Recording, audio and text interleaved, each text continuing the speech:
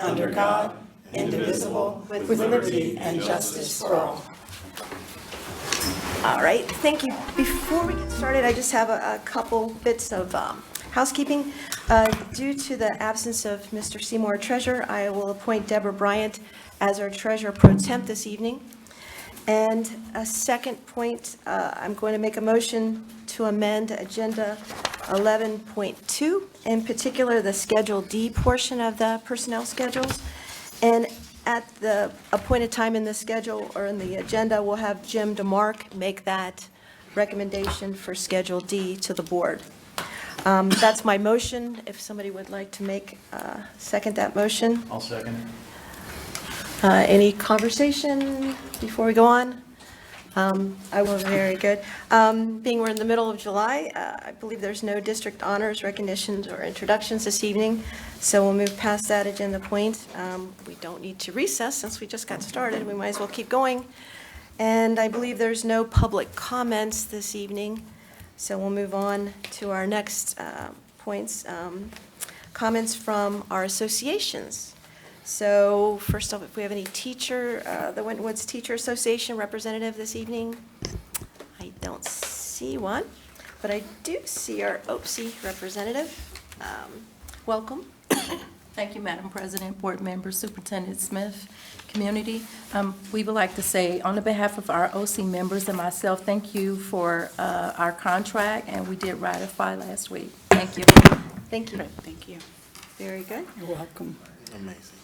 We'll move on to our approval of minutes, 7.01 agenda for the weeks of the meeting dates of 6/26/23 and 7/10 of 23. Board is going to have a motion. I'll make a motion to approve the minutes as presented. I'll second it. It's been seconded, or motioned and seconded. Any conversation or comments? Seeing none. Mr. DeMark, would you call the vote? Mr. Birdie, Aye. Mrs. Bryant, Aye. Dr. Johnson, Aye. Mrs. Kuhn, Aye. Mr. Smith. Aye. Passed unanimously. Thank you very much. We'll move on to Treasurer's Report, which is 8.01. And we will have Mr. DeMark give us the report. Sure. Okay, your financial statements reflect all the activity for the month ended June 30th. Page 1 is your bank reconciliation for June of 2023. Page 2 presents your general fund revenues. The total year-to-date general fund revenues were $53.3 million. Page 3 and 4, you'll see your general fund expenditures by object and function. Your total year-to-date expenditures were $52.9 million. So you have, with your revenues for the year of $53.3 million and expenditures of $52.9 million, your revenues exceeded your expenditures by $400,000 for the year, less outstanding encumbrances or commitments of approximately $213,000, which ended the year with a positive operating balance of $196,000. Page 5 presents the year-to-date financial activity for all the funds. The district had a total unencumbered balance of all the funds at June 30th of approximately $26.9 million. Okay. Any questions for Mr. DeMark about our financial statements for June 2023? No, so basically, from a general fund standpoint, we stayed flat. Yeah, we Pretty much. got a little bit Yeah, more, just but a little pretty bit much higher, but not- pretty flat. Yeah. Good. Any other questions? Okay, with no objections being heard, let the financial statements for the month of June 2023 be submitted for audit. We'll move on to Treasurer's recommendations. And Mr. DeMark, go ahead with your recommendations for investments June 2023. You'll have before you the investments for the month of June 2023. Your investment balances of June 30th was about $32.5 million. The interest earned during the month of June was about $131,675, which ranged from a rate between 0.5% to 5.41%. The general fund interest we got was approximately $109,000. The building fund received $22,675, which gives us a total interest on investments for FY23, which was about $1,027,822.54. board to, like to make a motion. I'll make a motion to approve the investment report as presented. I second the motion. Any questions or comments? Could you say that in interest, again, I think I'm looking at something different. I was gonna say the same thing you said. For the month interest- or the year? Yeah. I think he gave the year number. The year, okay. Ah, And the month, okay, yes. okay, all right, yes, I was looking, I'm like, okay, I'm looking at a different number, okay. The month was 131, right? Yes, that's what I was So looking the at. year was a million Lower, 1,027,000. 27. Thank you for the Yeah, clarification. Yes, For the all year, right, okay. thank you. That'd be nice for a month, wouldn't it? I know. I was like, oh, All right, that's been motioned and seconded. Without any other further questions, Mr. DeMark, would you call the vote? Sure. Mr. Birdie? Aye. Mrs. Bryant? Aye. Dr. Johnson? aye, Mrs. Kuhn? Aye. Mr. Smith? Aye. Motion passes unanimously. Thank you very much. Moving on to 9.02, the resolution requesting authority to transfer interest earnings on our Fund 010 classroom facilities. Mr. DeMark, you have the floor. This is basically just a procedural move to transfer some money we have in our local classroom facilities interest into our Fund 03 permanent improvement. So this is the this will be the resolution, just giving me the authority, giving our office the authority to make this transfer. And then the next resolution provides the amount. Right.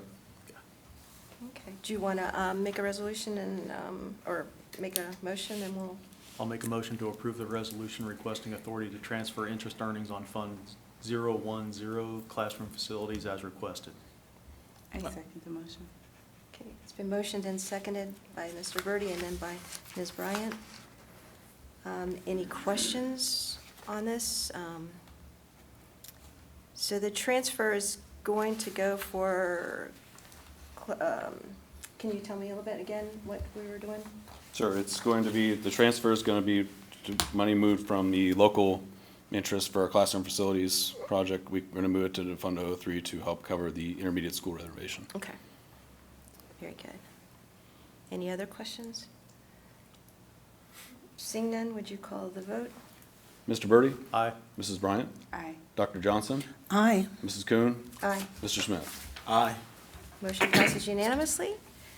Moving on to Agenda 9.03, which is transfer and interest earning from Fund 010 classroom facilities to Fund 003 permanent improvement. Mr. DeMark, you have the floor.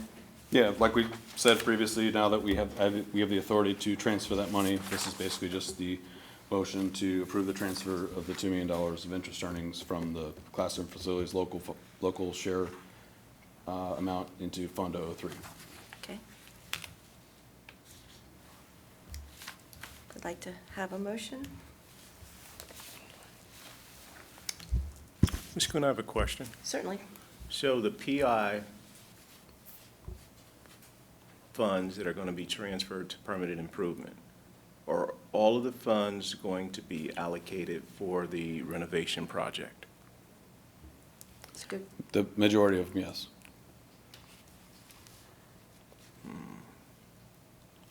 Okay. Will it go to, it goes into the one permanent improvement, Yeah, Right. it goes to the Fund 03 for permanent improvement. and that doesn't specify necessarily one project over another, does it? But you're saying that's No, the but yeah, main, the main reason we're transferring that money is to fund that project, so. because that's the Yeah. primary project we're doing Right. permanent improvement on. Permanent improvement can do a lot of different things, it's the authority of it, so, but this is one of the things it can do. Okay. So, to help with that. So when we do it, it goes into that funding. It's not specifically Need a on Right. that one. OSFC, Is that yeah, your question? we need a motion. So what happened before is we've been transferring. We're a discussing it couple- without a motion. Oh, sorry, but whoop, we're having a long, Oh, I'm sorry. I'm Let's have breaking a my motion. rule The of. motion, then. Yes, well, let's have a motion first. Okay, I'll make a Yeah. motion to Okay. approve the transfer of $2 million interest earnings from Fund 010 classroom facilities to Fund 003 permanent improvement fund. I'll second it. Thank you. Thank Now you. we can Now the discuss. discussion. Okay, now we can. Now we can talk. Now we can All right. talk. So question, if this was not motioned and second and we didn't approve this, where would the funds come from? Where would we get the dollars for the 003 fund? to do the permanent improvement?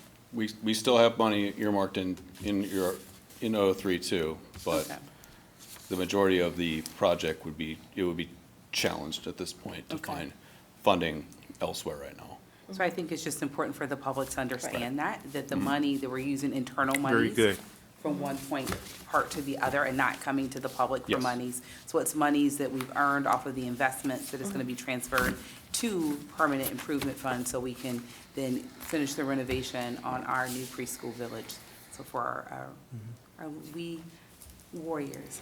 And I do believe that Brandon asked a question last month about how that project is being funded, because some parts of the project can't come from certain monies. Right. Right. Because of the administrative opportunity. Remember, Mr. Smith? Oh, yeah, I remember. Okay, very good, sir. All right. I believe that was the answer to my question I was waiting. That was the question. Okay. Yeah, Thank I you. asked that question last week. Okay, good. Excellent. Good conversation. It's important to have transparency. Pardon my faux pas on our order of doing it, but we rectified that. Thank you, team. Any other questions, comments? No? Seeing none, Mr. DeMark, would you call the vote? Mr. Birdie? Aye. Mrs. Bryant? Aye. Dr. Johnson? Aye. Mrs. Kuhn? Aye. Mr. Smith? Aye. Motion passes unanimously. Thank you very much. And then we'll move to our little change agenda. It's going to be 9.04, which is the Schedule D, Personnel Schedule D. And we'll have Mr. DeMark make that recommendation to the board. Yes, I'd like to make a motion for the board to approve Personnel Schedule D as presented. Okay, and then that we can have a motion from our board in a second, and we can discuss it if you like. Madam President, I make a motion to accept the personnel schedule D as presented. I'll second.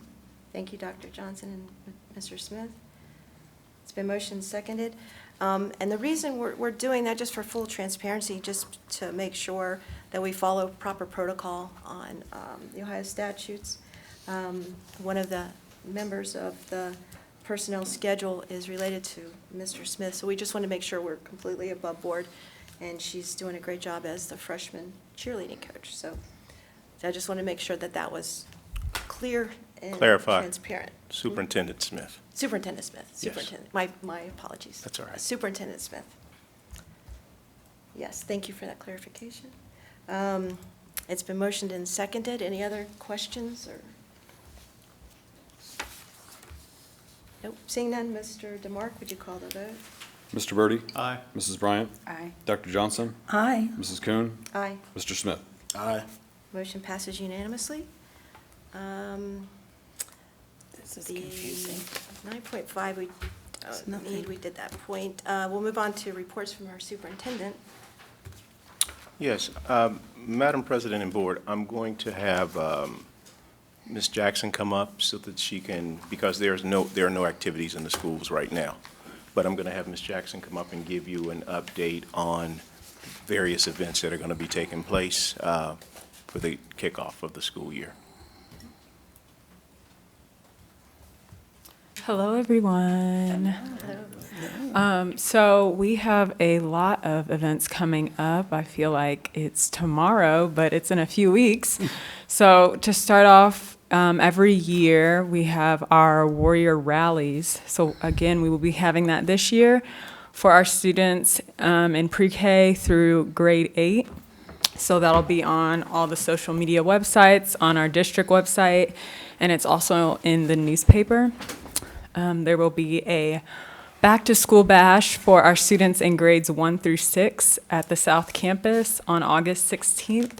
It's on a Wednesday from 3 to 6 p.m., so there'll be games, district departments, and a lot of our local businesses. So this is the first time our families will be meeting their teachers and their principals, and I thought it would also be a cool opportunity for them to meet people in the community. So that's another event. So, yes, be on the lookout on our social media pages. There'll be updates about different events that'll be coming up and happening throughout the first week and second week of school. Thank you. Thank you. Ms. Jackson, quick question. Are we going to do the clap-in this year for students? Yes, so that is the Warrior Rally. Okay, that's the. So that's August 21st is the first day of school. So that'll be in the morning at the middle school, at the North Campus, at the South Campus for grades 1 through 6, and then at the ECC. So preschool and kindergarten have a staggered start this year. So it's on August 24th for our preschool and kindergarten students. And do we have the times for all of those? You said morning, but could you give us Yes. that detail? They will all be online. I don't want to destroy the times right now, but Okay. if you look online, all the times are there. They're usually like 20 to 30 minutes. That's the time frames when people will be there. Okay. So if community members wanted to come and participate, they can get the information from the website? Definitely. Okay, thank you. There, We share it on Facebook, Twitter, and different Nextdoor, mediums. all our social media platforms. Yeah, we'll ask Ms. Jackson to send out some current, because sometimes when you have it so far in advance, you forget. So we'll keep running it. Perfect. And we Yeah. definitely want community members to be there. Great. So August 21st. is- August 21st is the first day of Thank you. school, Okay. yeah. And then on August 24th is preschool and kindergarten. So they'll have a staggered start, so there'll be students A through Z, August 21st, August 22nd, August 23rd, but their first day is August 24th. So that's the day we'll actually do the clap-in, because that's when all the students will be walking in on the first day of school together. Okay. Very Young man told me before that that clap-in motivated him for the entire year. So we definitely want to do that. Kept him inspired. I think that was a good idea, whoever came up with that idea. I wonder who that was, Mr. Smith? I'm gonna guess. I'm going to guess that over here. I'm wondering. Nicely done. It was a joint effort. Nicely done. Nicely. That's good. Well, thank you again. Anything else from reports? Nope. No. Thank you very Yeah. much. Thank you, Drew. Move on to Agenda 10.02. It's the first read of some revised board policies. Yes, Madam President and Board, these are all first reads. And policy number 7540.01, property and technology. 7540.02, property, web accessibility, content, apps, and services. Policy 7540.03, property, student technology, acceptable use, and safety. Policy 7540.04, staff technology, acceptable use. Policy 8300, continuity of organizational operations.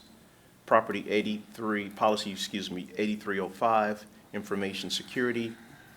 Revised policy 8315, information management. And then finally, policy 9700.01, relations, advertising, and commercial activities. These are all first reads, and of course, we're hoping that you'll be able to have conversations and be ready to vote on these policies at the next board meeting in August. Thank you. Okay, move on to facilities, 10.03. Mr. Denny?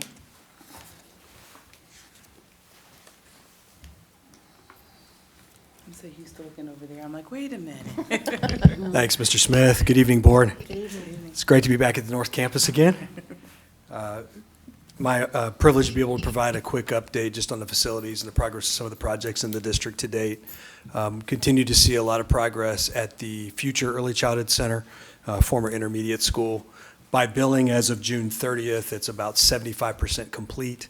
Of course, we're about a month out from that still, so I'd estimate probably about 80% complete. If you happen to drive by the school, you'll see them starting to mount HVAC units on the roofs now, so you'll see a lot of activity on the roof. Windows, they're down to 30 to complete. They started at about 150. While that may sound like they've got quite a few left, they started with quite a few. Every classroom has 3 to 6 windows. So those are all approaching final completion, which is good. So we're seeing a lot of good progress over there. Phase 2 coming soon, so we'll be on the lookout for that and awarding the bid to the lowest responsible bidder. And that basically concludes the updates for now. Sure. Is phase two the furniture? Is that, what is the? No, phase two is the configuration of the school itself. Oh, So okay. phase one was HVAC and building envelope, so windows, window frames, doors, door frames, storefront systems. Phase two is actually creating the classroom environment. So it'll include everything from floors to. So those are all approaching final completion, which is good. So we're seeing. My voice is deeper than I thought on that. No, Just but wanted to hear we, you again, Steve. it wasn't that good. It was I that know. good the first time, I wanted to hear it a second time. No, but it's basically creating the literal early childhood classroom environment. So furniture is an alternate. Right now, it's earmarked at around $350,000. So we hope to be able to afford that, but some of that will just depend on, are there other delays, are there the supply chain issues? I almost neglected to mention that the switchgear is still on schedule. We were going to ask that, yeah. I know you keep me on it, thank you. So I was remiss. But that is on schedule, and then the power upgrade by Duke is supposed to follow shortly thereafter, so it should be around November. So we're really making some progress and starting to see some differences. I like how you said, what did you say? Fiscally responsible lowest bid? Yes, I like that, because I Most don't want to go with the cheapest, because the cheapest isn't always the best, that is true. as we have learned. Yeah. I think we're very fortunate with who's low on this one this time, so, yeah, it's good. Let's keep that fiscally responsible low bid. On phase two, how long do you anticipate that to take? Substantial completion for phase two is June 15th of 2024. So if we're starting around now, that would put that completion for about 10 months. Okay. And it really needs to be fairly hard. I mean, we have a little bit of buffer there, but we need to move the school to, transfer all of the belongings and teacher materials and things of that nature from the current early childhood center to the future. Okay. So, Yeah, from the psychological perspective, I think one of the things that we're going to have to keep remembering to do and not fall short is to keep visiting the North Campus and, the preschool, and keep encouraging them that it's coming so that they don't get discouraged. Because every time people are in new buildings, they become more discouraged, like, when is this going to happen? So I think it's important for us to keep motivating them. Sure. So June of next year, the phase two, is there phase three? What's phase three? we hope to have a phase three, and that would be to complete the eventual central office Okay. as well, and also site improvements. There's certain site improvements that have to take place for the school to function, like the playground. That's what I was going to ask, will there be a playground area for the? Phase two. In phase two, okay. Yeah, and then phase three would be to complete some of the site improvements to make the site really work as a multi-use venue, where it's a school primarily, but it also happens to be someplace that can house the central office functions and the board office functions. Yeah, I think the phase three piece, and hopefully the board can embrace this, we really didn't want to have the school start with the preschoolers and then come back in and do more construction for the administrative. So we can try to get it all done when people move in. That would be really helpful, because otherwise we're going to disrupt something. Okay, so good. Those are good reports, so. Thank you. Any other questions? Steve? No? Thank you, Mr. Denny. Thank you. Okay. And now we'll move on to superintendent's recommendations, 11.01. Yes, Madam President and Board, the recommendation is to approve the job description for exempt administrative secretary for the Department of Teaching and Learning. Ms. Wilson, can you take a minute to give the board a quick synopsis of what the status exempt means? Good evening. Exempt is a legal term of art that is designed for employees who either have a specialized skill or training, or for whom their position requires a high level of confidentiality. And that is, in this instance, that is why this position is being classified as exempt as opposed to classified where it would be part of a labor union or even civil service. So this group is not part of OPSI? No, this would be a confidential administrative secretary. Okay.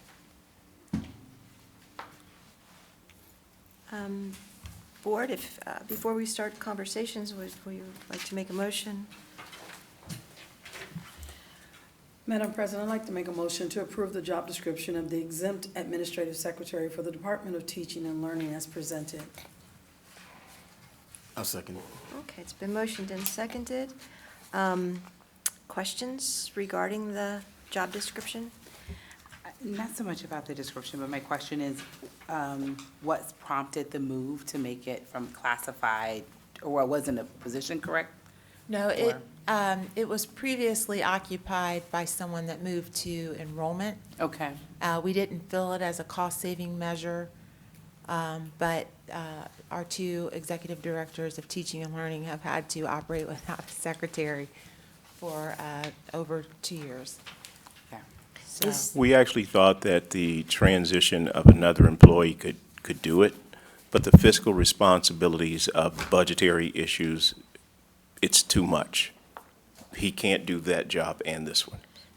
So is there anything different in this job duty that is from before when the other person held the job, or is there?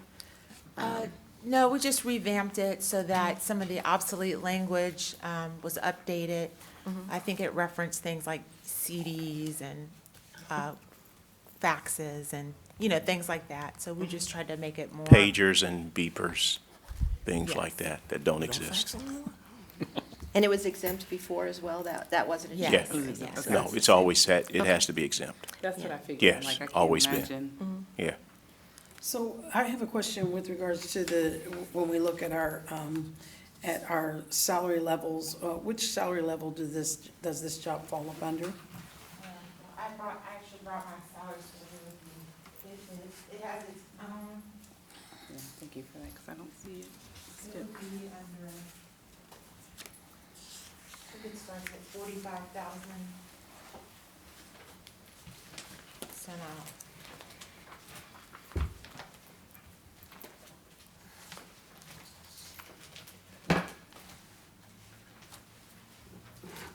If you just list the category and the range, Yeah, I that's, think we that'll got be. the sheet, yeah, that's why I was looking at the sheet, I couldn't figure out where.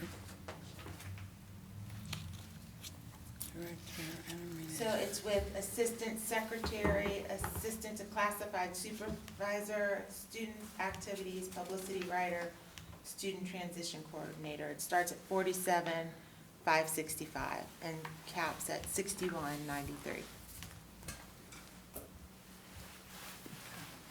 And I might mention, this person will be supporting two of the highest, or I shouldn't say highest, two executive directors who report directly to the superintendent. So this person is doing quite a bit of work for two people.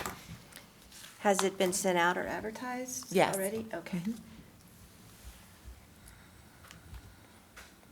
And you're looking to fill it pretty soon? Yes, I've been Okay. told to do it quickly, but efficiently. Okay. Any other questions? Comments? Okay. Mr. DeMark, would you call the vote? Mr. Birdie, Aye. Mrs. Bryant, Aye. Dr. Johnson, Aye. Mrs. Kuhn, Aye. Mr. Smith. Motion passes unanimously. Thank you very much. Very helpful. And then we'll move to 11.02, personnel schedules. But we're looking at personnel schedules A, B, C, and E. And D. Well, we moved D out. We only The only moved, thing they did on D was Move one the person. one person yes. Okay. previously. So this is D for everyone except Okay, for D the. my, thank you very much for that Yes. clarification. Yeah, so before you, you have the personnel schedules. And again, Schedule A, resignations, and Schedule B, certificated staff, Schedule C, support staff, Schedule D, supplementals, and Schedule, is there an E this month? I'm sorry. I don't think there is an E. There is an E. There is an E? Yes. Okay, E would be leaves. That's just one.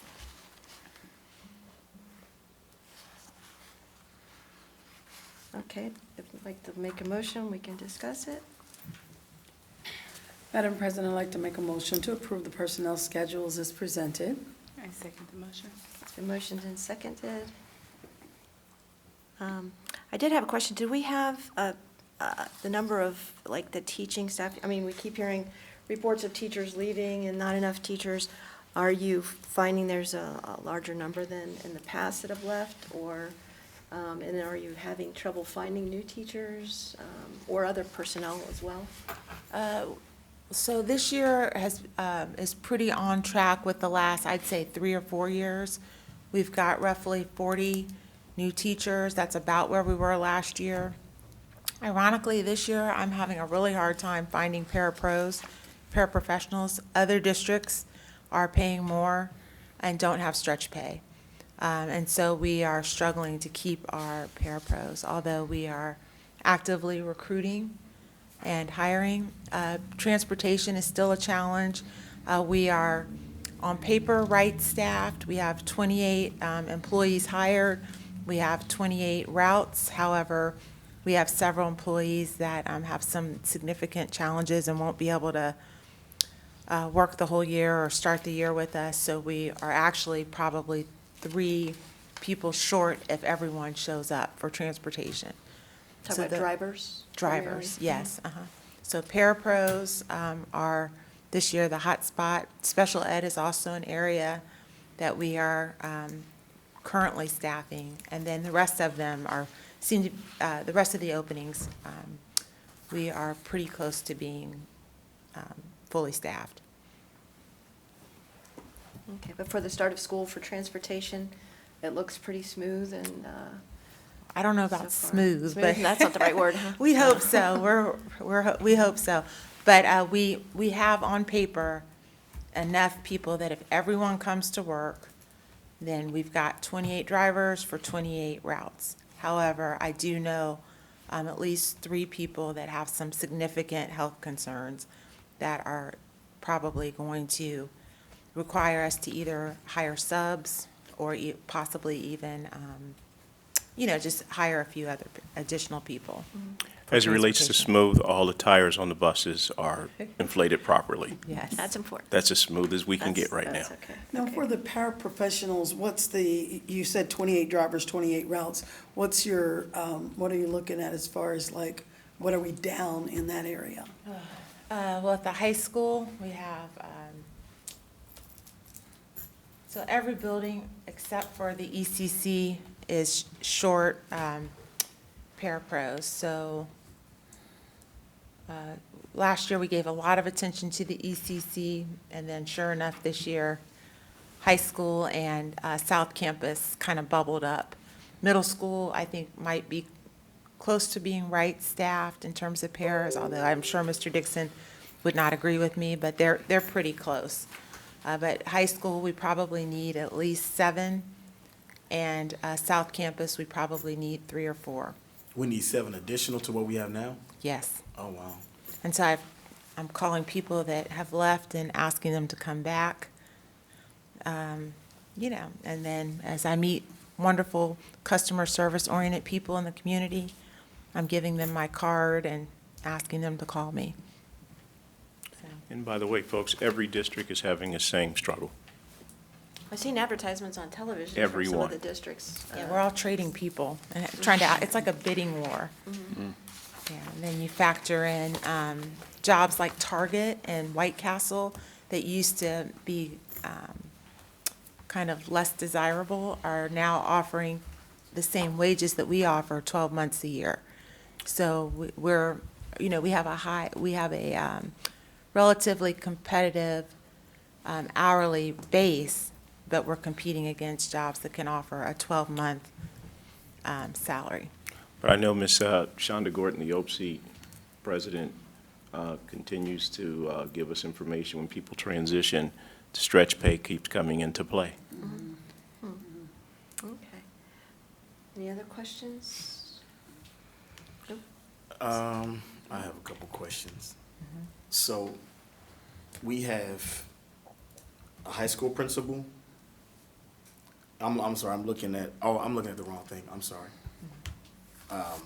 What is let me remind me where I'm at here, sorry. We're on the personnel schedule. Yes, at the I moment, but looked at the wrong, That's I got okay. 6,000 tabs open right now, and I'm going through. Me too. Oh, there we go. On the, where am I at? Schedule D. What is the responsibilities of the campus coordinator? That is with our new campuses, things like scheduling use of facilities, kind of monitoring the, like mapping out the dismissal and arrival plan for the whole campus. What else? Actually scheduling the gym, the auditorium, Yeah. the facilities, anything that needs to be scheduled, because you have several administrators on the campus. They all want to use it at the same time. So the campus coordinator actually helps schedule the activity so that the same person doesn't get the same opportunity all the time. Gotcha.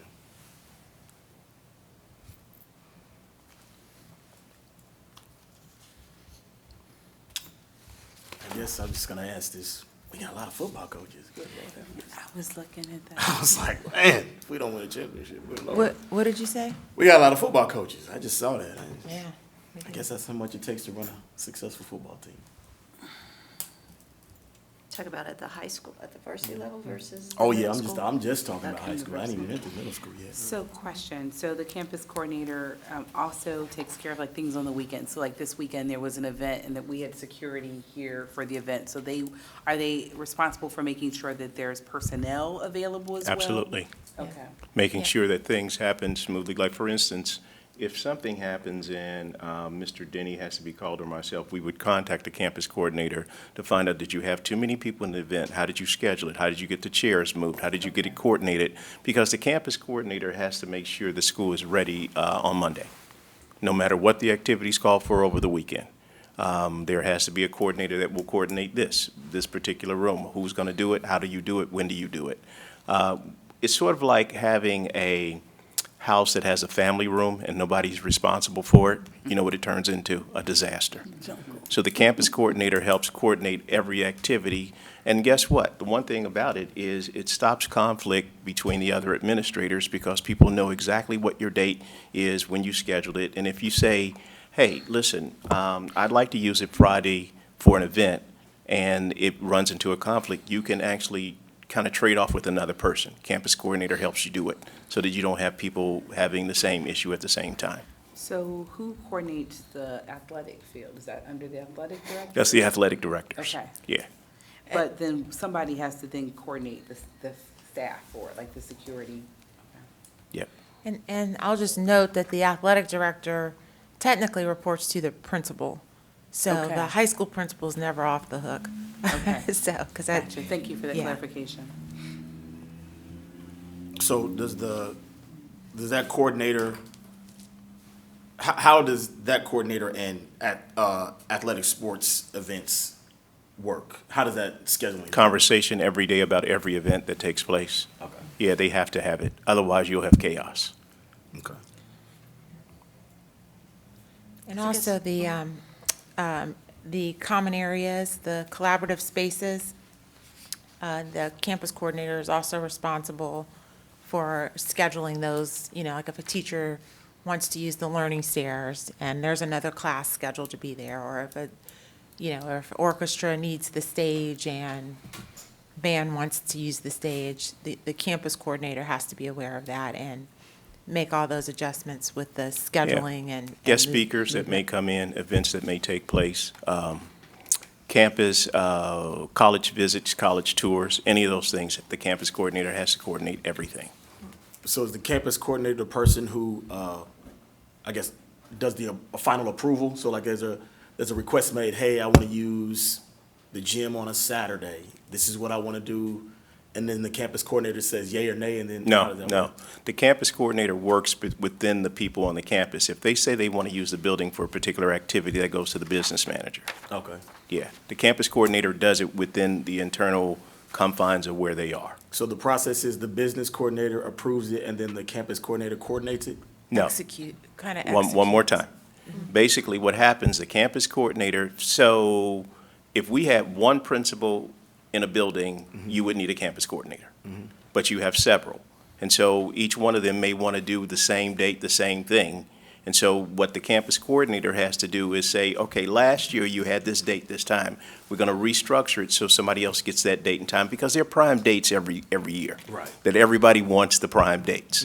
And so we wish that they could work together, but you have to have a coordinator sometime to balance it out so people don't think they're being taken advantage of. And, you know, the elementary people say, well, I never get it. It's always the middle school people, not the middle school people, but the 5, 6 always gets it. As far as the primary, we never get it. So even like using the loo, who coordinates that? When they're going to do it, how they're going to do it, and when they're going to do it. And then as far as, I guess, outside events or events not directly affiliated with Winton Woods academia. No such thing. Everything is affiliated. Okay. So when the church was here and they had that thing, that had nothing to do, like that was approved, right? And then that went through It was the- approved through the business department. Right, that's what But the I'm asking. campus coordinator had to determine, did we ever need to use it on a Sunday? Because if they did, then the school gets the priority. Gotcha. Okay. Yeah, Yes, sir. that's, yeah, I'm just trying to understand what the process is. Yes, sir. Okay, That's cool. correct. Yep. And so the outside people are usually paid people. Right. And they would contact the business office. Business office then says to the principal, are you using the building for these particular days and events? And then that's when we do it. Gotcha. Yeah, that's what I was trying to figure out. Yes, Okay, sir. cool. Thank you. Very good. Thank you for explaining that for the public. I know that sometimes we have events here on the weekends, and it's always nice to see the youth and see people from different communities come, and they get to see how wonderful our facilities are. Mhm. And then they get to interact with our personnel. And I did that this weekend. I just kind of went over like, what are y'all doing? And it was one of our security personnel. You could see everything was running smoothly, and it was kind of nice to see. I'm like, oh, you're working on this Saturday. Like, yep, they're paying me to kind of go through and flow, and they were checking people in and all these little league football teams. But it was nice that was a collaborative effort between things that happen in the community and the school district. Yeah, and Mr. Denny can tell you, there are meetings that always happen before that. It's not like, okay, I'd like to come in today. Yeah. There are meetings like weeks in advance so that we don't run into You can conflicts. tell it was very well Yeah. done. It takes a lot. It takes a lot of work. Yeah, like I said, I've seen many events and things happen here, and so I was just kind of wanting to know what the process looked like, because, you don't really hear complaints or issues or problems or things that come up, so it's Very obviously, good. there's a well thought out planning process. And we just may kinda have to call the want that. campus coordinator not the last minute, but hey, some things, a door's not open. And we may need to get people in there so that they can make sure the facility runs well and runs smooth, so that people get to enjoy it. It's a community thing. We Right. want to make sure that have our doors open for the community. Absolutely. Yes, Thank sir. you. Okay. Okay. Everyone have their questions? Okay. Mr. DeMark, would you call the vote? Mr. Birdie. Aye. Mrs. Bryant. Aye.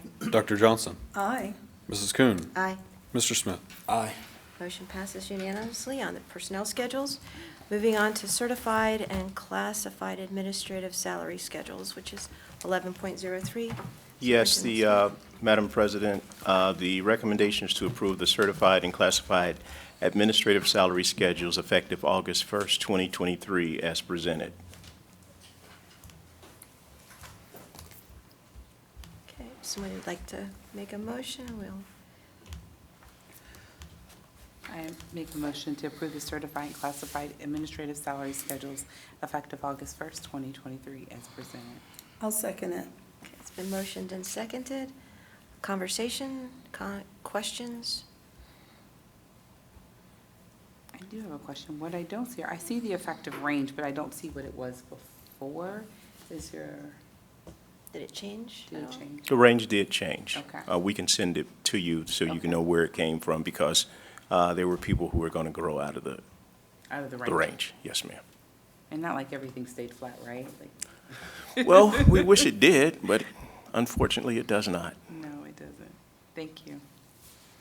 Okay. Any other questions? Seeing none, Mr. DeMark, would you call the vote? Mr. Birdie. Aye. Mrs. Bryant. Aye. Dr. Johnson. Aye. Mrs. Kuhn. Aye. Mr. Smith. Aye. Motion passes unanimously.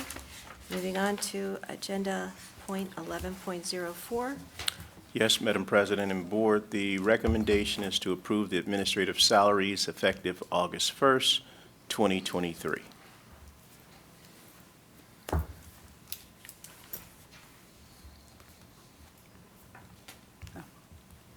You ready for a motion? Sure. I'm always open for motions. All right, Madam President, I'd like to make a motion to approve the administrative salaries effective August the 1st, 2023 as presented. I'll second. Okay, it's been motioned and seconded. And just for clarification, the other one was just a range that we approved prior to. These are the And different- actuals. These are the actual ones, so.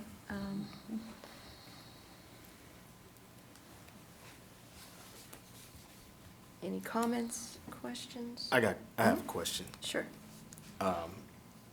So for my clarification, we have one high school principal, and then how many assistant high school principals do we have? Four. We have a mix. We have a blend of one, One, yeah, 3.5. So we have at the high school. the new person. Okay, and then at the middle school, what do we have? 1.5. principal. We have, and then we have one assistant and a half of assistant. Yes, sir. And that's a good point, because prior to that, we did have 4 assistant principals at the high school.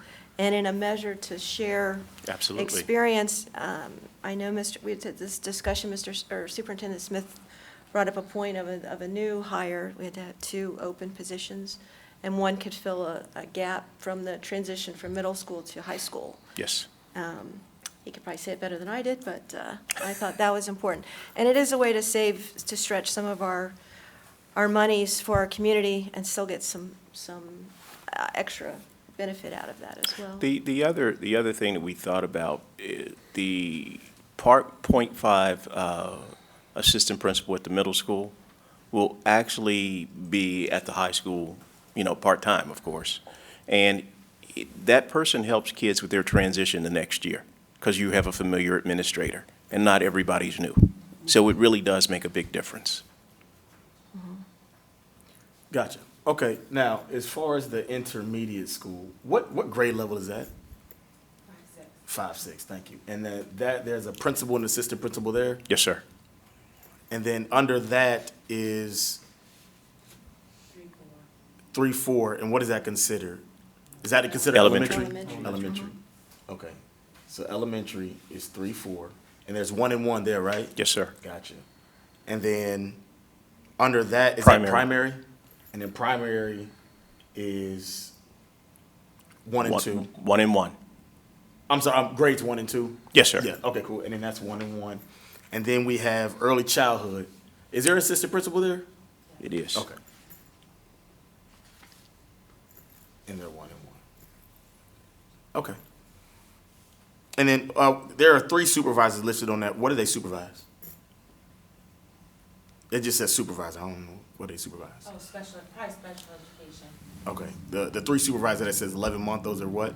special education. Oh, yeah, those are special ed. Are they at the high school level, middle school, or are they just general for the district-wide? District-wide. Okay, cool. And they're the district reps at IEP meetings and manifestation, as well as our district placement.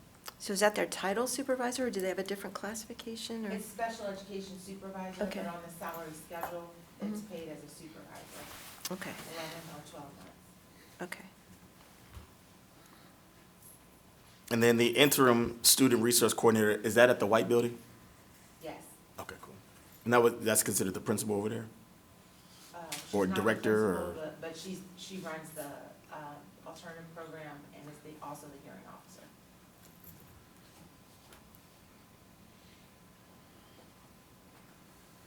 Okay. Any other questions? Nope. Why is that position still interim?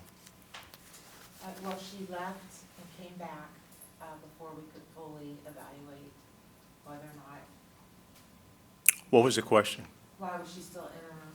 So she left for a period, and then when she came back, she just came back and as her. And the other one is, in order to get out of interim status, it is my process, and I just met with Mr. Denny about the interim status. They have to have a comprehensive evaluation. It can't just be the checklist. They have checklists of certain things, but then they have to have a comprehensive, they can do all of these things before we make it a permanent opportunity. Gotcha. Okay, Yeah, cool. the last year, the middle school principal was interim, and he had to have a comprehensive. And that would apply to the transportation? Yes, ma'am. As well? And I believe Mr. Denny just provided me with the comprehensive, actually today. Yes, sir. Okay. Thank you. Any other questions? What is the EMIS supervisor? EMIS, Yeah. brainchild of the world. Basically, all the numbers, all the data, all the information about grades, scores, attendance, everything runs through that. Cool. It's what's reported to the Funding state. too. that Absolutely. collects and- They're the brainchild of all the funding as well. Yeah, And it gets the money from the state? and it is the one where the superintendent has to sign off that everything is legitimate and official. And if your superintendent says, I'm not signing it, look out. There is a problem. Cool. Definitely. Good questions. I appreciate those. Thank you. I'm good. Okay. I would have to say, Brandon Smith, you must like this building because you're energized. I really like all your questions and all your information. It must be the carpet on the floor, the green walls. Well, because no, I'll be honest. you don't like the South that much, sir. No, I was out of the country for 3 weeks, so I really didn't get to look through things and ask all my questions beforehand. So, but I do like this chair better than the other one. As a side note, I mean, I do. All right. Very good. fair. Okay. Mr. DeMark, without any other questions, Mr. DeMark, would you call the vote? Sure. Mr. Birdie? Aye. Mrs. Bryant? Aye. Dr. Johnson? Aye. Mrs. Kuhn? Aye. Mr. Smith? Aye. Motion passes unanimously. Moving to 11.05, substitute and temporary rates. Yes, Salary Madam schedule. President and Board, the recommendation is to approve the substitute and temporary rates salary schedule effective August 1st. And before the board goes into the motion, the recommendation, this is one of the ones that Ms. Wilson's talking about where we have to look at other school districts to see what that competitive balance looks like. You know, if they're paying their crossing guard $22 an hour, we better think about something. We don't branch it to everyone, but we look to find out what our competition looks like. Because what people want more than anything else is they want people with experience. Thank you. Board, motion would be in order? I'd like to make a motion to approve the substitute and temporary rates salary schedule effective August 1st, 2023 as presented. I'll second. Okay, it's been motioned and seconded. Any questions? I did have, I guess, an observation, maybe not necessarily a question. When we're looking at things like a crossing guard or even food service and a lot of these jobs, it's only for a few hours a day. It's not like it's for 8 hours. That's exactly right. So that does make a difference. Yeah. You know, on the salary, you know, it's like if other people are getting $18 for being a crossing guard for 4 hours a day, then they're like, well, I'm gonna go over there. You know, so, I mean, I don't know what the rates are. I just kind of was looking at the positions, crossing guard. Now, the custodian might be all day, but, you know, food service, they come in to do lunch and breakfast, right? And that's Yeah, and kudos to the HR department because these people can give you information like within minutes. I won't be there tomorrow, permanently. Oh, yeah. So that has to be negotiated. We have to find another person like very, very quickly to do it because somebody out there has a sign posted. It's sort of like gas prices. It changes quickly. That's if they even call in, they might just not show up, right? They just stop coming. It's like, oh, you're a no-show, okay. And I will say that Ms. Ferguson Gordon actually talks to people about their integrity. You know, give the district a chance to, but when people are trying to take care of their families and here's Right, another right. opportunity, they go for it. And especially if they say you can start tomorrow. And you get paid every week. Yeah. So, I mean, that was just an observation I thought, you know, was worth, I mean, I think it's a good observation, Dr. Johnson, because, I mean, we're always talking about, you know, taking care of our warrior family, things of that nature. And I mean, having the correct staff in place is quintessential Absolutely. to that. And in order to get qualified people, you're gonna have to pay qualified people qualified money. You know, you're not gonna get out of bed for $2 an hour. You know, why do you expect somebody else to? So, you know, I appreciate the due diligence on making sure that we have a comprehensive, you know, pay schedule that we can get people in the doors. To make And I sure our think the district part runs that the way it Dr. needs to. Johnson mentioned, you know, you talk about the $13 an hour, but that's only for like 3 hours. Right, yeah, yeah. It's not an 8-hour thing. right. you might be able to live with it a little bit more. If it was for 8 hours, you know, you got 40 hours, but you're not gonna do, I mean, you know what I'm saying? I think it's just worth noting that. So if you see we a have to crossing stay- guard, remain but if you see a competitive. crossing guard out there for 40 hours, they're just practicing, getting ready. All right, 'cause we're not paying them. I'm just letting you know. They're getting ready for the next day.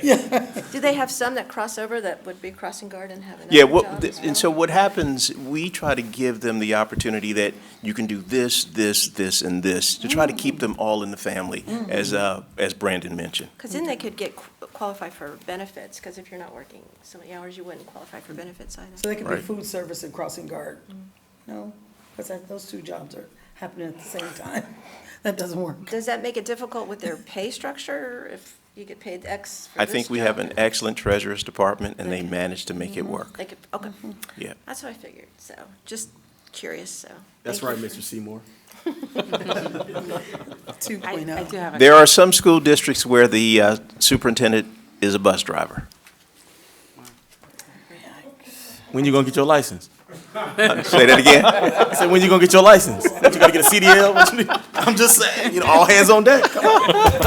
Let's go. Way to go, Mr. Smith. I told you, it's the room that energizes you, Just sir. throwing that out there, that's all. Just- And then let it land where it You, may. So I can see this energy. I do have a question regarding the substitute teacher rate. Is that competitive with other districts at that rate? Yes, we're in the middle of we're at the middle of the top. Okay. And then the long-term sub-teacher bachelor zero, I didn't understand. Can you clarify that? I didn't understand that. Yes, Piece. so if a teacher is with us for 30 days and consecutively in the same position, after 30 days, they move to what is essentially, on our salary schedule, a teacher with a bachelor's degree, step 0, Perfect. Thank you. and they become eligible for benefits. The whole objective for that is the continuity. You have this teacher 30 days, they're doing really well, and you want to encourage them to stay in that position. Yeah. Okay. Great. Thank you. Very good. Any other questions? Seeing none, Mr. DeMark, would you call the vote? Mr. Birdie, Aye. Mrs. Bryant, Aye. Dr. Johnson, Hi. Mrs. Kuhn, Aye. Mr. Smith. Aye. Motion passes unanimously. Moving on to, make sure I'm looking right, 11.06, the school uniform policy for the Well, I upcoming will have to school year. say that every student absolutely loves the board as it relates to the uniform policy, because the shirt that Mr. Birdie has on actually can be a uniform shirt. And what we found out was parents were saying that we're buying these uniforms, we're buying these specialized shirts, but we can only wear them for out of uniform day or at a game. And once we made it a part of the uniform, it changed the game. So the recommendation is to, the same policy as it was before. Nothing's changed on this. Just the year. Very good. Yes, the year. Just a Motion year. would be in order. I'll make a motion to approve the school uniform policy for 2023, 2024 as presented. I second The motioned and seconded by Ms. Bryant. So that change was just to be able to wear Warrior apparel? Yeah, I think that's a great idea. You know, a white shirt and khaki pants, I mean, that's something, but the white shirt with the logo on there, I think is just nice. Absolutely. I know a lot of, private schools on the West Coast do it a lot. They have, it's required for them to have their logo or whatever on their polo or whatever. So I think it's a wonderful idea, especially to promote school spirit. And the parent who, I wouldn't say she accosted me, she just almost harassed me and asked me which shirt looks better, the white shirt or the one with the Winton Woods uniform logo on it. And I said, let me take that to the board. You're right. So, Very good. And then Spirit Well, we have our little shops in each building. Will there be opportunities for students to buy Spirit Wear Absolutely. prior to? absolutely. Some of the events? We have more spirit wear worn than ever before. Nice. And I know Dr. Johnson had always had her vision. She always wanted to see that sea of blue and sea of green when we were competing. And when you go to the visitor Getting side and there. look over, man, it looks absolutely getting amazing. Warrior Nation is alive and well. Well, I wondered I don't know if the students get a welcome pack or some information, but is there forms to order sent out with They're, that they're, information? during their advisory period, they get a lot of information. They get a chance to walk past the Spirit shop, and there are times that they can open it up and shop. And we even have Spirit bags. So whenever you purchase Warrior uniforms, the Spirit bag is actually an advertisement of who we are and what we do, just like Target does. It's pretty creative. Okay, I just wondered if it got home to the parents that they could buy it instead of just to the students. It might not always make its way home, but any We'll get it all forms? done. Okay, cool. Any other questions? And I do have a question, may or may not have the answer. Are there other schools around that still do uniforms? I know. Say it again. Like, how many schools in our area still are uniform Public schools? schools? I know Public Mount schools. Healthy is a uniform school. Mount Healthy is, I think Norwich College Hill still is too. maybe. And people have to understand that the whole premise of the uniform, as it relates to me, I just want kids to be able to have affordable clothes that they can wear every day and not be ridiculed by not having the latest designer stuff. So we keep that part simple. The shoes are your own, and there we go. There was someone who was in opposition of Crocs in the school. I have no opposition of Crocs, and I I'll was tell gonna you ask that why. question. I saw No some opposition questions. whatsoever, because all of our floors are concrete, and Crocs are more comfortable wear. Well, in sports mode, they can really, But as far as basketball and whatever, Dr. Johnson, you're harassing me. But as far as, wearing them in the gym and things like that, we say you can't. But as far as the walking around every day, I think it's pretty Would okay. they have to be closed toe? It's and Crocs have a are, yeah, wrap around the back? yeah, Okay. it's all right. that wrap around the back puts it in sports mode. That's what okay, I'm just saying. We got rid of, Mr. Denny was able to get rid of the ones that light up with the wheels on the bottom. He doesn't wear those anymore, so we're safe. That's good, okay. I would like to say that I do really, really love, I didn't make it to a lot of the basketball games and just one or two of the football games, but you're absolutely right. We see so much more blue and green. Totally dominates. Than, what, has it been 10 or 11 years? It's been too many years. But anyway, since, when I started, we would come to the games and there was, we would go to these other teams and everything was red or everything was purple. Not anymore. And I'm like, well, where's our team spirit? But now that we've done some things with that, with the uniform policy and allowing them to wear the sports gear, it really, it's just encouraging. It gives you that school spirit, that, But that even if you go pride, warrior into, but even pride. if you go into some of the parochial schools that they do have a uniform, having on a uniform shirt with that logo of that school just tells you that there's pride in the place. Yes, absolutely. Yeah, I love it. I love when I see parents out in the community and they've got the Warrior logos on as well. You just want to go, hi, how are you? It is a sense of pride. And the reason I ask is I know that when my son came from another school here, he said, Mom, I loved it because I didn't have to worry about what I wore and I could focus on other things. Absolutely. And so it wasn't a That's what we want. fashion show. And so the goal is for students to focus on their education. And kudos to our partners up the street, Target in Springdale, Tri-County, whatever they call it. Yeah, they have Warrior They stuff. do. And we know that's not really Warrior Nation, but as I mentioned to Ms. Warrior Jackson, Jason. we're taking over the world. That's cool. Very good. Any other comments? Seeing none, Mr. DeMark, would you call the vote? Mr. Birdie? Aye. Mrs. Bryant? Aye. Dr. Johnson? Aye. Mrs. Kuhn? Aye. Mr. Smith? Aye. Motion passes unanimously. Moving on to 11.01, the list of school bus stops for school year '24, or fiscal year '24. Yes, the recommendations to approve the school bus stops, to approve the list of school bus stops for FY 2024 as presented. And this is done every year, and there's a list, board, there'd be a motion to, I'll make a motion to approve the list of school bus stops for fiscal year 2024 as presented. I'll second that. okay, it's been motioned and seconded.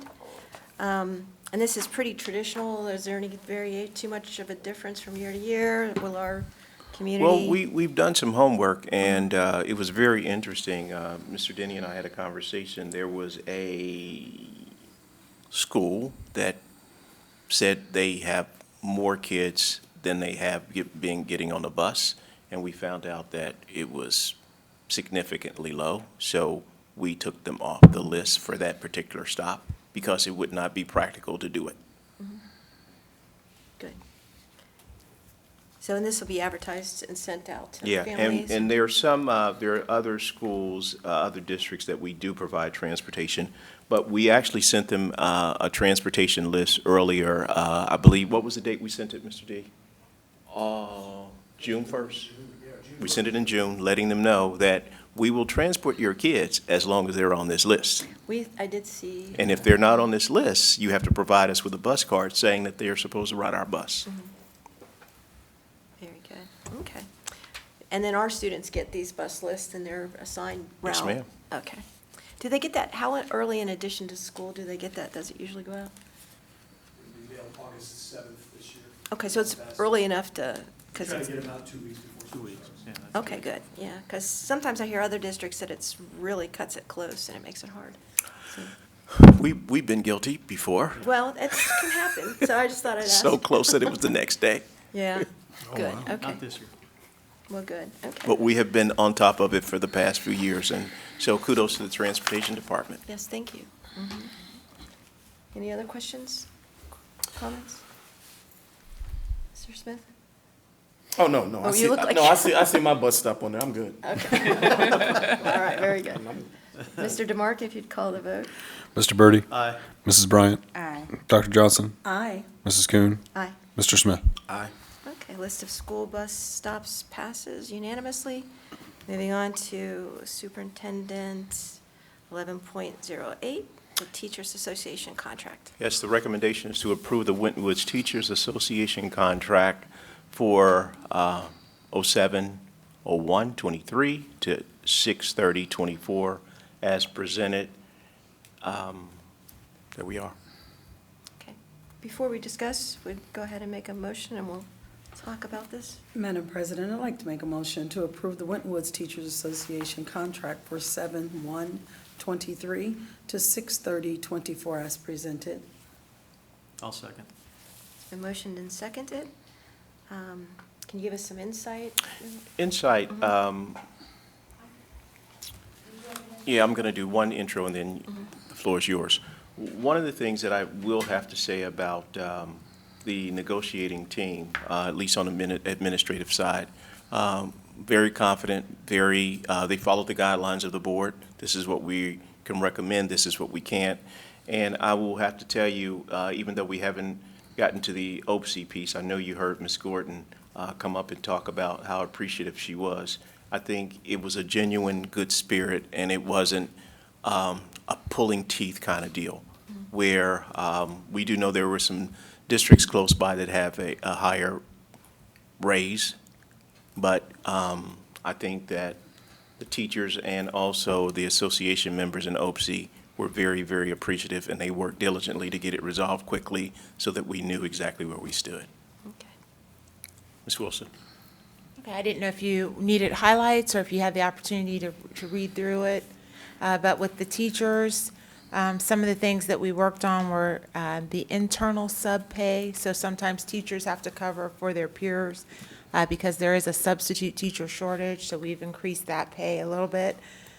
We've increased the pool of money available for tuition reimbursement so that people can further their education. That's particularly helpful because we need teachers that can be nimble. So as our enrollment fluctuates and we have different students, you know, it's helpful if we have a teacher that has, say, a TESOL endorsement and can work with our English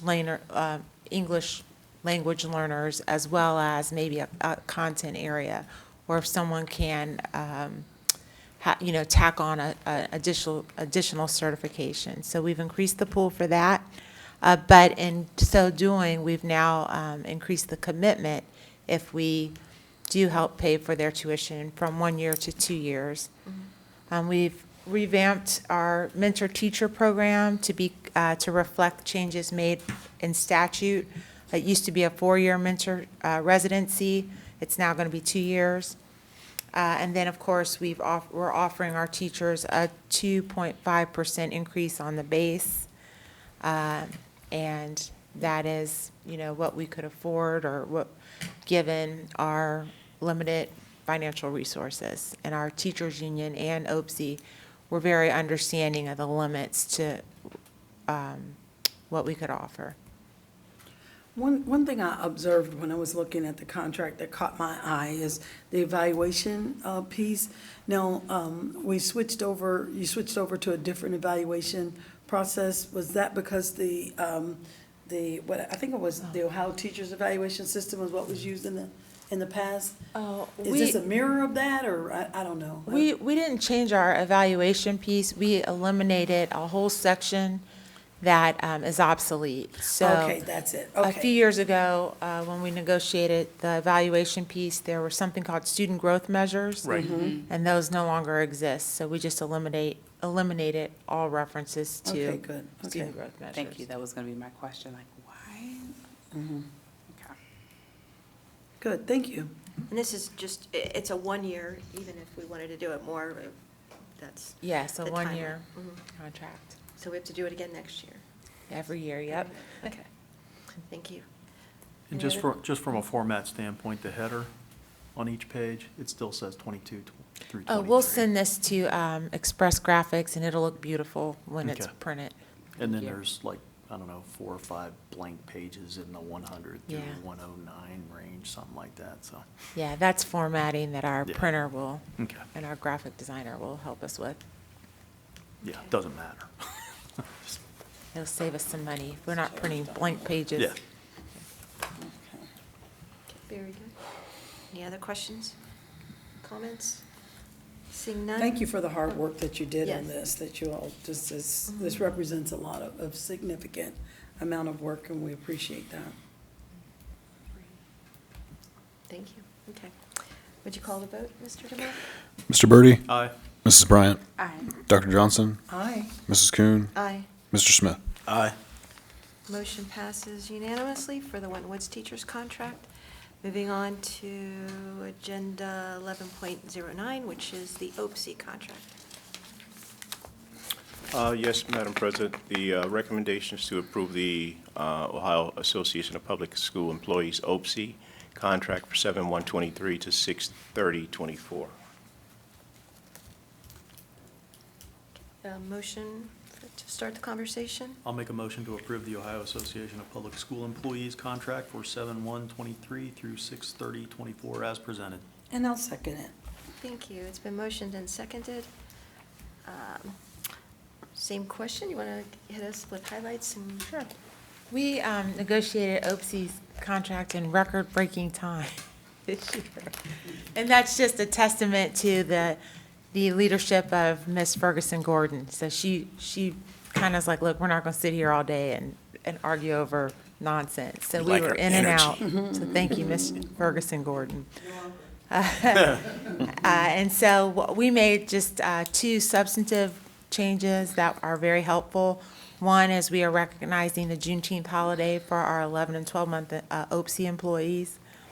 And then also, we have extended our probationary period from 90 days to 100 days. And that gives us just a little bit more time to decide if we want to,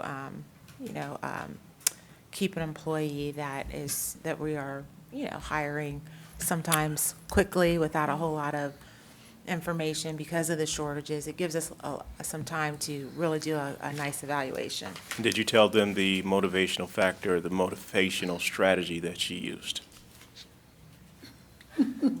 Which one was it? No snacks until we settle.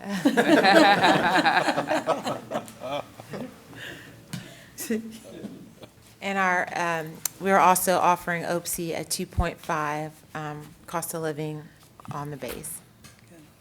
Very good. Any questions and comments from the board?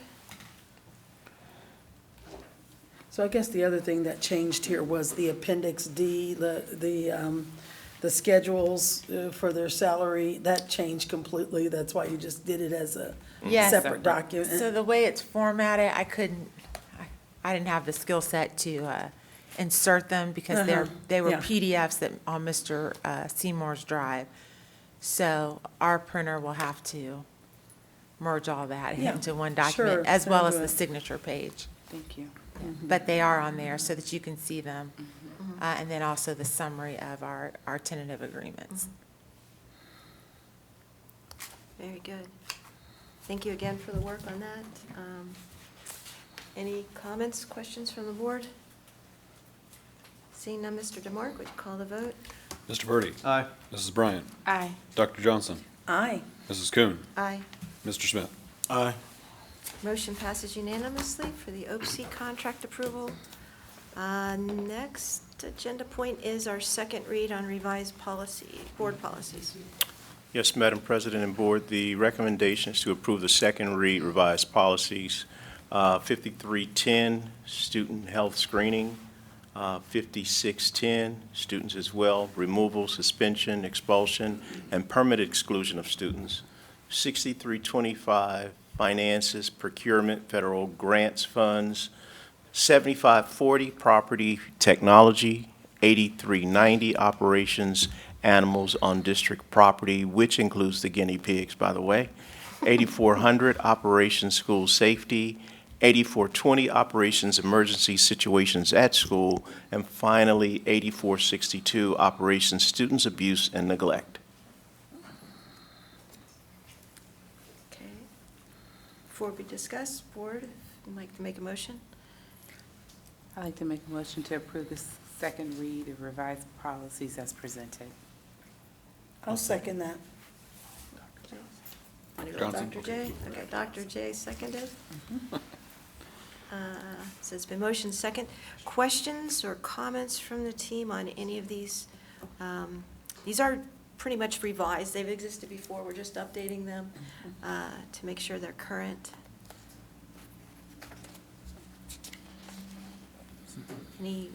Anything stand out to the team?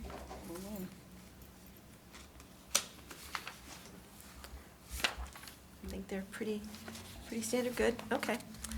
Mr. DeMark, call the vote. Mr. Birdie, Aye. Mrs. Bryant, Aye. Dr. Johnson, Aye. Mrs. Kuhn, Aye. Mr. Smith. Aye. Motion passes unanimously to approve the revised board policies as presented. Moving on to our legislative report from our Board of Education reports. Mr. Birdie? Oh, sorry, Dr. Johnson. I That's not me. always want to mix you guys up. Sorry. Sorry, my bad. I could try Legislative something, report. but I don't know you'd like it. I'll see if everybody's paying attention. Okay, legislative report.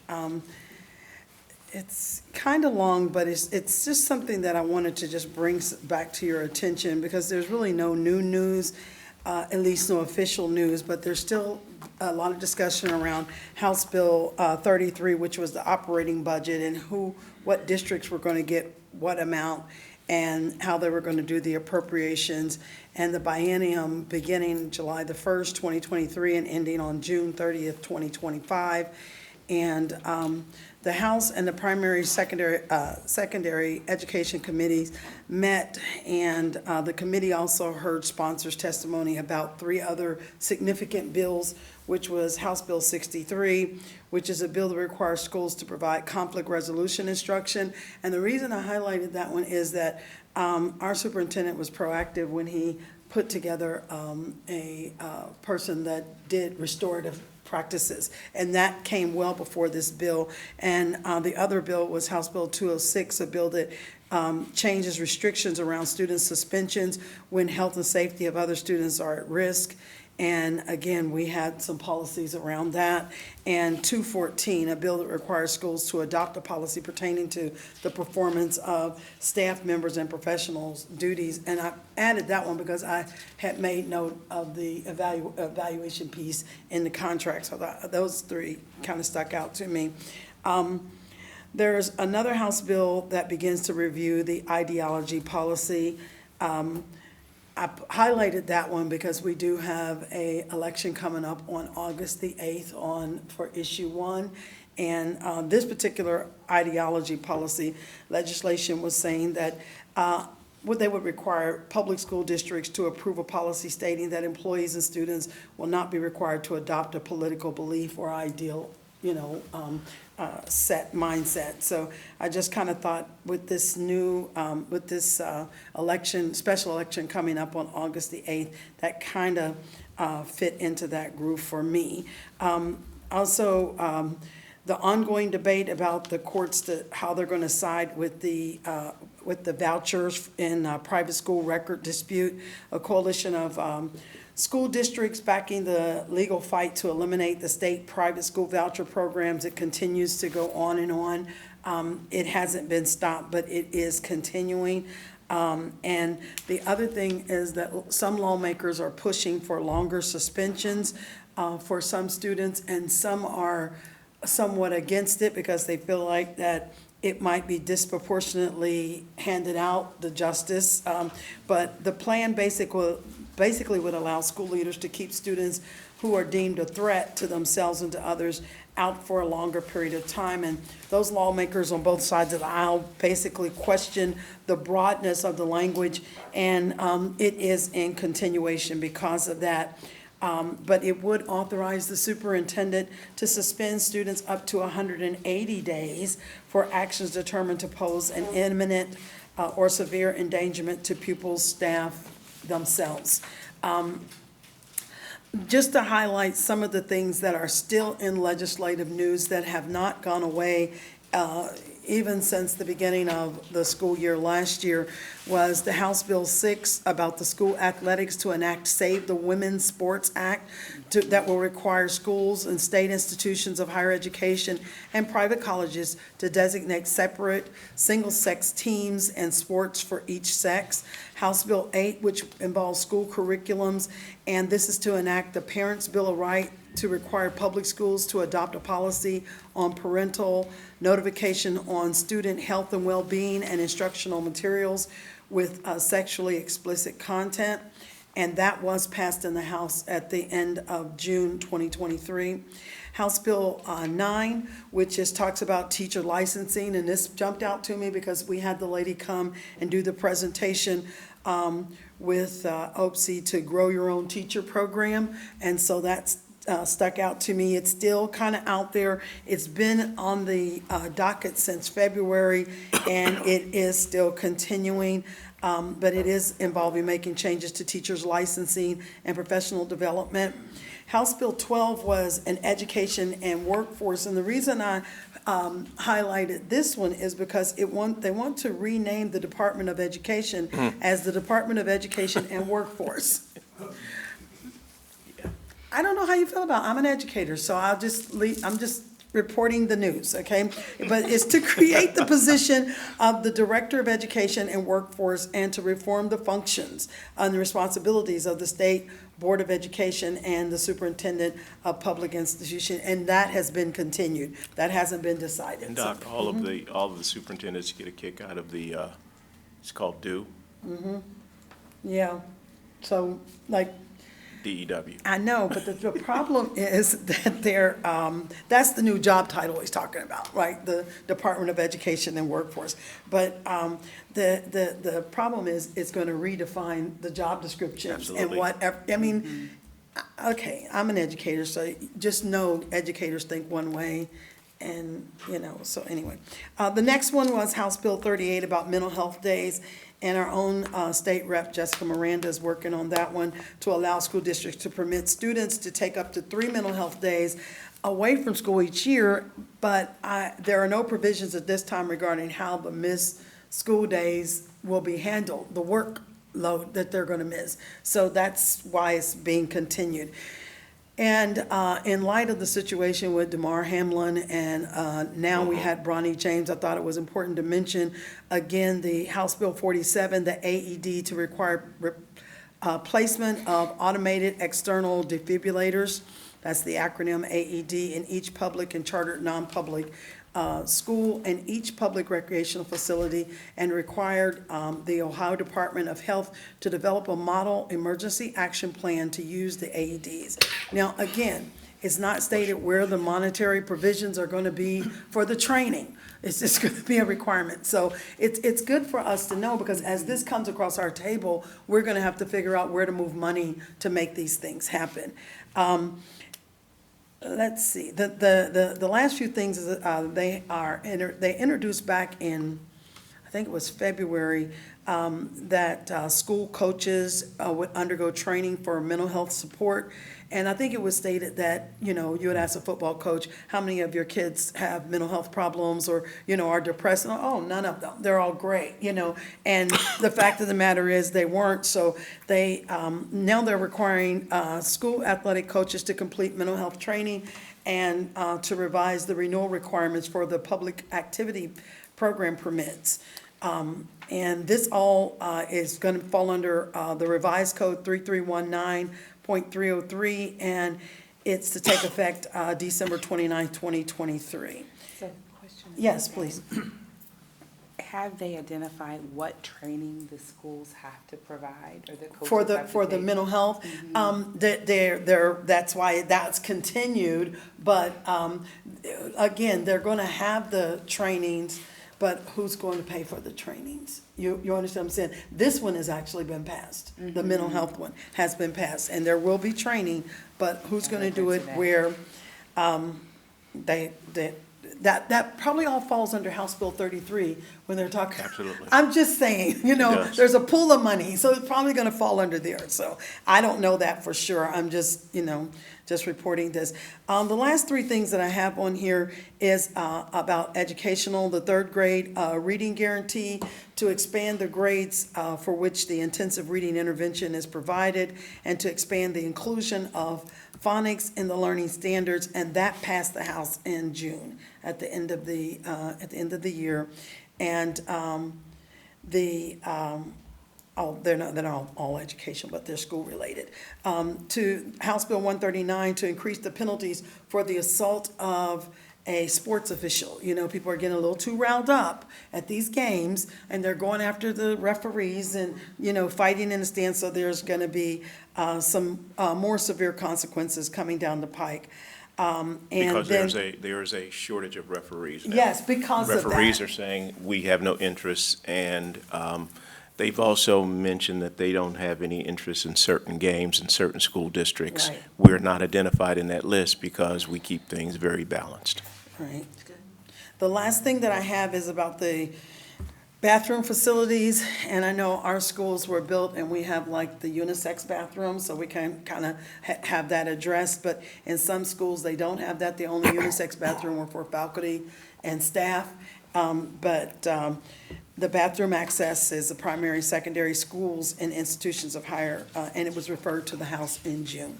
So that concludes my, my report for the legislative report. I did email, the report is like 35 pages long.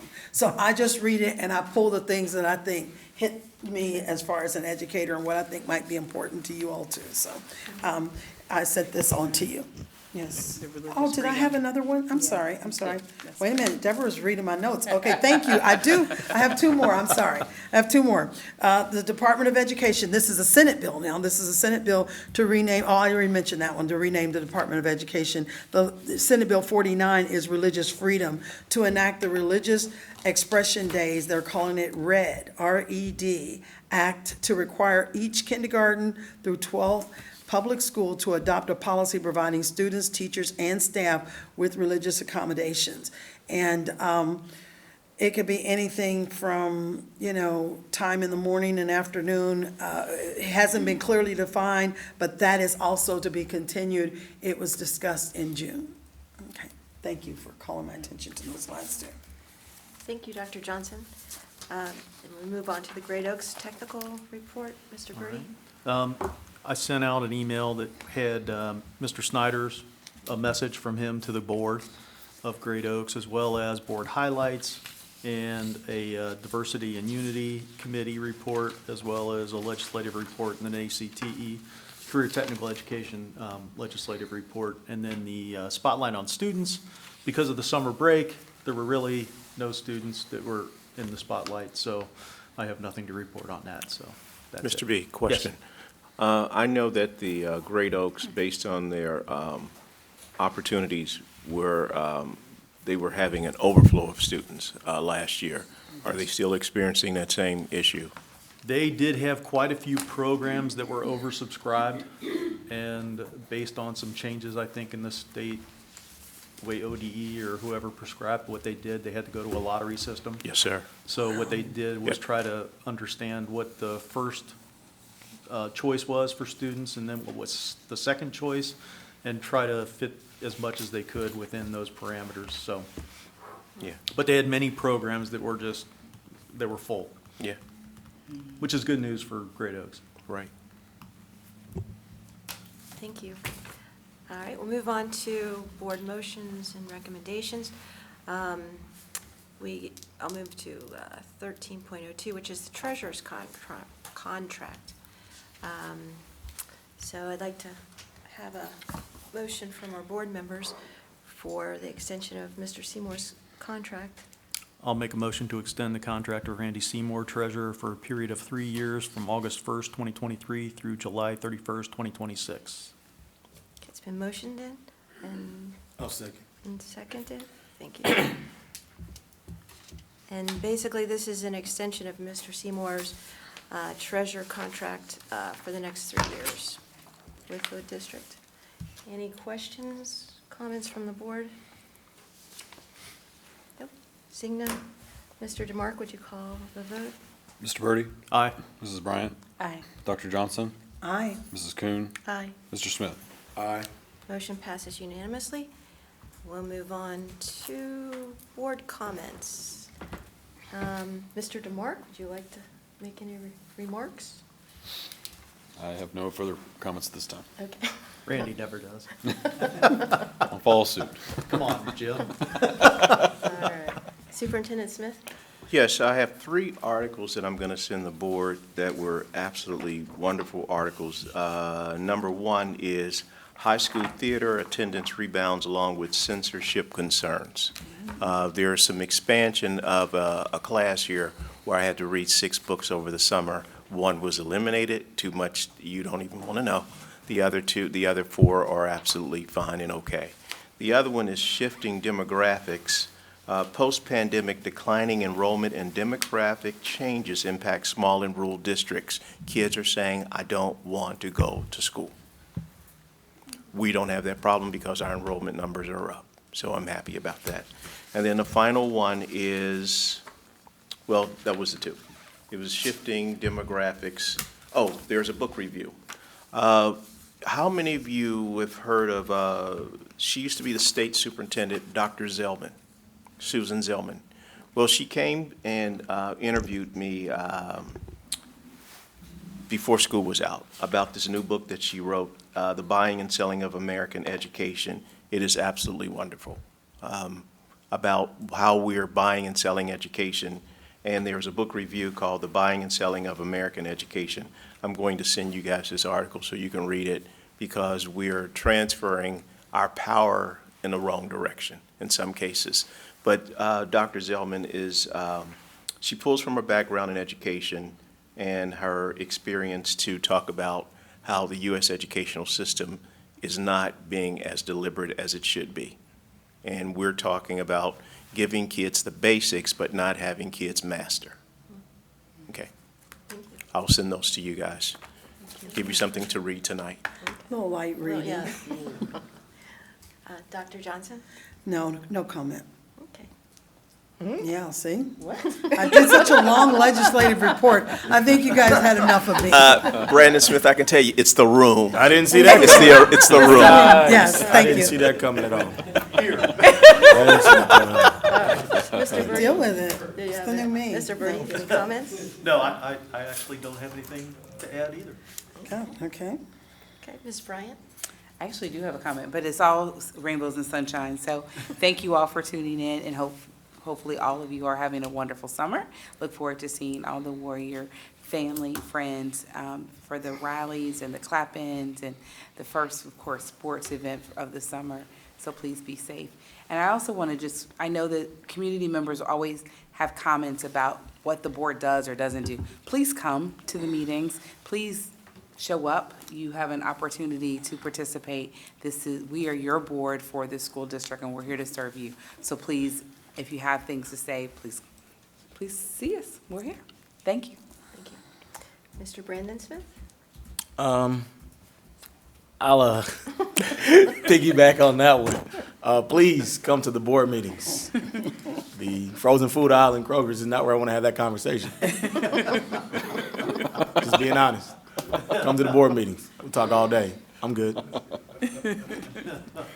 That's good, very good. That is a common place to go. Hey, I know I'm gonna keep it 100.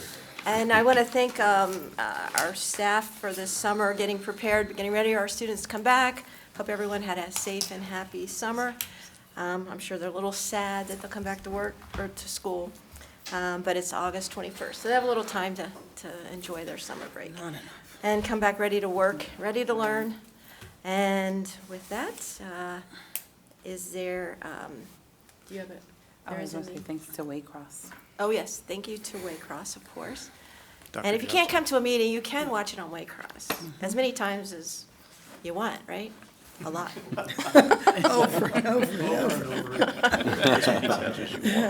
Just in case you want to hear Mr. Denny's voice again, right? There we go. At least one section you hear him twice. I don't know. And we do have, Dr. Johnson. Yes, we have a need to go into executive session. So, Madam President, I'd like to make a motion to go into executive session to consider the dismissal and/or discipline of a public employee and the investigation of charges or complaints of a public employee pursuant to Ohio Administrative Code 3358-17-1-04.2. I'll second. okay, it's been motioned and seconded. Mr. DeMark, would you call the vote? Mr. Birdie? Aye. Mrs. Bryant? Aye. Dr. Johnson? Aye. Mrs. Kuhn? Aye. Mr. Smith? Aye. We will adjourn to executive session. There will be no action taken after or any activity. So I would, again, like to thank Waycross for presenting our meeting for our public. And with that, I hope everyone has a nice evening. Good evening. We're gonna go right.